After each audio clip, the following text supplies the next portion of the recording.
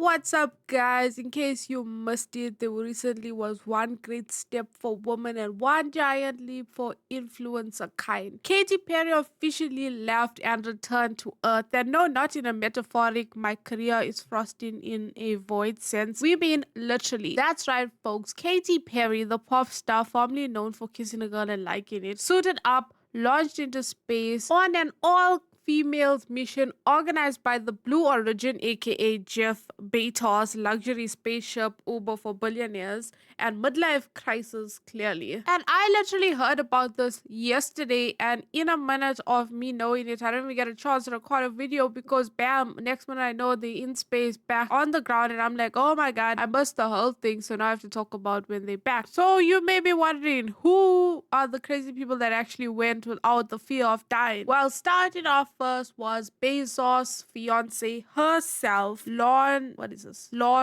Sanchez, Amazon's Prime's first lady, a talk show host queen, Gayle King, and a legit rocket scientist, Aisha Brew, someone who actually knew what the buttons did, a civil rights activist, and a documentary filmmaker. Because clearly, the ideal crew for space includes one scientist, three PR opportunities, and Katy Perry in a rhyme soon, stunt helmet, praying her false lashes could survive the G-force. And naturally, after hearing that they were going into space, the internet had their own thoughts, like wild ones, even conspiracy theory level ones. Like, this mission was a symbol of female empowerment, or just Jeff Bezos trying to ghost his fiance from the orbit. Tweets rolled in like, something feels off about this. Something is giving weird energy. And lastly, please don't explode, Katie. We already lost people with the whole submarine thing. A little bit of a taboo subject, but why are billionaires so bored that they have to always do these extraordinary curricular activities to fill some kind of void because they have nothing else to do? Like, why don't they just like find a hobby helping people or the homeless or something? I don't know, like something that's like really makes a difference and doesn't like cost their lives. Like, weird flex. Moments like this make me grateful that I don't have $1 billion to waste on gimmicks like this. Nah, I'm kidding. Nothing beats having money, guys. I want money. But I do like normal things like buy a lot of paper towels and pack a lot of food with me, or check my health maybe, because that I don't really check on because I can't afford to do that. So maybe normal basic things like that I do with money, not these crazy out of world experiences like going to the ocean or into space for 11 minutes and hitting the ground very abruptly. This isn't about me, so we're gonna move away from it right now. So what actually happened when they're up there? The entire journey basically lasted 11 minutes, like I said. Yes, 11. You could microwave a burrito longer than that, but in those minutes, a lot happened, surprisingly. Okay, so firstly, they didn't go into space. They like basically touched the edge of space. And they experienced a few minutes of weightlessness. And Katy Perry was singing something about the world. I'll add the clip because I don't know. I can't remember what she sang. The best part was when we got back in our seats after zero G's, Katie sang "What a Wonderful World." She did? Isn't that nice? Oh, come on. She sang "What a Wonderful World." I see Did you just all dreams. start Oh, crying? yes. Oh. Because we'd been asking her to sing all the time, and she wouldn't. And then, because everybody said, sing Roar, sing Fireworks. And she said, it's not about me. I wanted to talk about the world. Wow. I know, isn't that nice? That's You got to ask her about that. And I was like, y'all are so weird. Like, why is all this interactions so strange? And they behaving like this is a big deal. Like, this is going to contribute to history in any form of way. I mean, the only thing it does is bring more light onto like space traveling. But on a whole, it doesn't really do much. I don't know. Y'all guys let me know in the comments, because I'm like, what is the purpose of this? Because they act like this, like it's some kind of Oprah watching her best friend go to space.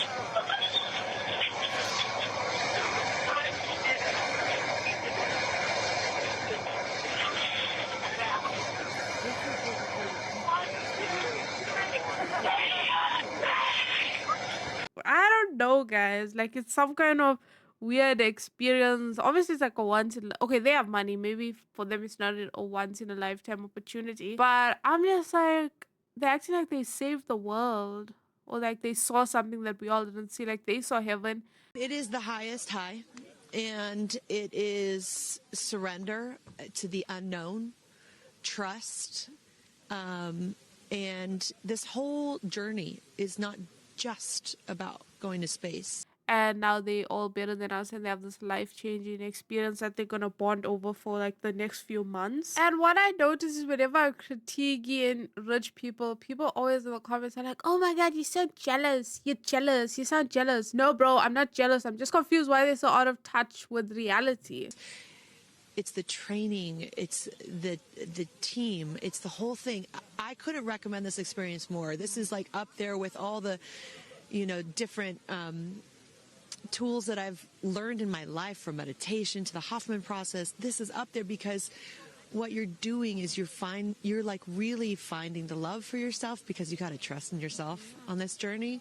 And then you're feeling the love when you come down, for sure. And you're feeling that strength. So I feel really connected to that strong divine feminine right now. By the way, you're such a badass. I love that the month of April, you're like, I'm going to space and I'm launching my tour. This is what I'm saying, guys. This is like some kind of excursion that I don't think many of us are gonna go on. Like, I feel like this is gonna become a norm. It's like a roller coaster. Wow. I'm still out here trying to go to Disneyland, and these people already many upping me and going into space. This whole thing felt like a AI fever dream, the real housewives of the Milky Way, a pop star, 2 journalists, and a civil rights activist, a rocket science and Jeff Bezos +1. So while Katy Perry was singing, Jeff Bezos' woman got emotional, took a selfie, is probably in his gym right now, and the others gave physics lessons, and then you have Gayle King, who got emotional over the whole thing.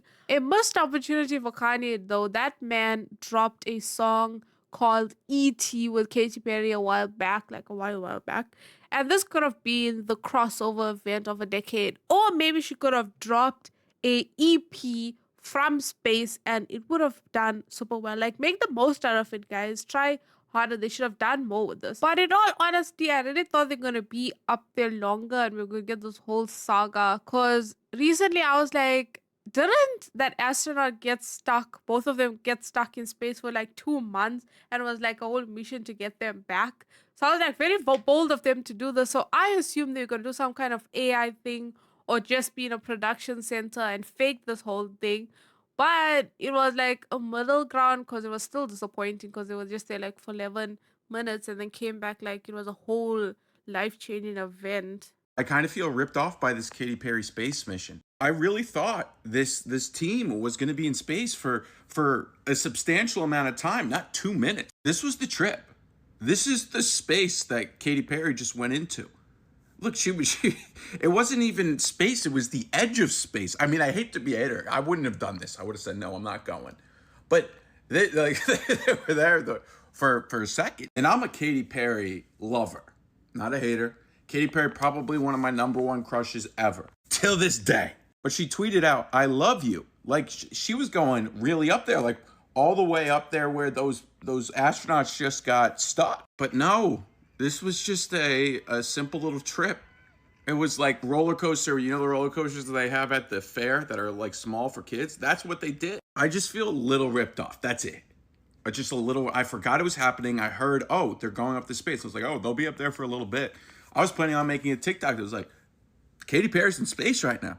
For them. Like, this one reporter straight up calls Katy Perry an astronaut after this event. I'm like, no, I don't think she qualifies as an astronaut just because she went there, because she paid to go there. I mean, can we all stop pretending like this was a Nobel Prize worthy endeavor? More like an influencer retreat with rocket fuel involved. They returned calling it transformative. Katy said she felt reconnected to humanity and she felt love. You'll never know the amount of love that you have inside of you to give and to receive until the day you launch, because you're leaving all the love behind and you're surrendering and you're hoping that you get another chance to love them again. And so when you come back down, you're like, oh, I get another chance and I'm going to do it. Oh my God, now I'm crying. Okay. And I so tell you guys, she wrote this down. They practiced what they were gonna say after they reached the ground. She kissed the ground, bro. Like, I mean, I also would kiss it because we all assume she's gonna like explode or something up there, but she didn't. And then she returned to kiss the ground like she's been gone for such a long time. We're like, whoa, you're only gone for 11 minutes, and that's not even a lot of time if you think about it, okay? And I swear all these conspiracy theorists are probably disappointed with what an underwhelming experience this was. But let's not pretend, all of you weirdos out there, that Katy Perry basically now fixed the whole imbalance of the world, or she fixed global warming. I hope they can see the unity that we modeled and replicate that and understand that we weren't just taking up space, we were making space for the future. And for me, like Gail said, this wasn't a ride, it wasn't a destination, it was a journey, and it was a supernatural one. And my journey has always been about love and belonging. And I think that we have all felt that sometimes we weren't worthy or we didn't belong in certain ways, no matter all the accolades, no matter all the studying, no matter anything. And I think today we all said it, like, we belong here. Mm-hmm. This is where we belong, and we feel very sure of that. So I think that that's like duct taping a diamond to a cracked engine and calling it intervention. So what came next? Well, Gayle King got a viral story. Lauren did a sit-down interview where she called Earth a fragile marble of hope. Katy Perry immediately posted on Instagram with the caption, BRB just touched the stars. And I don't know how true this is, but there is speculations of a Netflix documentary in works, Space Queens, the 11-minute revolution directed by the On-Bird filmmaker and sponsored by Amazon Prime. Let's not pretend like we see the plot set up for the blockbuster. The year is 2023. A rough asteroid threatens Earth. NASA calls the only hope a pop star, journalist, and a civil rights activist. Oh, and not forgetting a rocket science because somebody needs to know where the buttons are.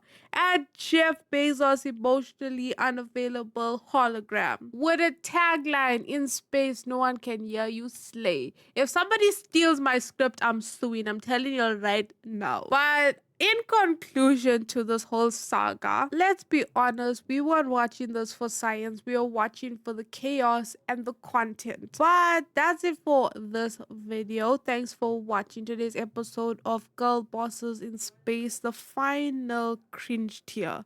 Don't forget to like, subscribe, and ring that bell so you don't miss the next celebrity deep dive, Botox breakdown, or PR stunt at 3,000 feet. Stay grounded, unlike Katy Perry. And check out some of my other videos right here. You might enjoy it.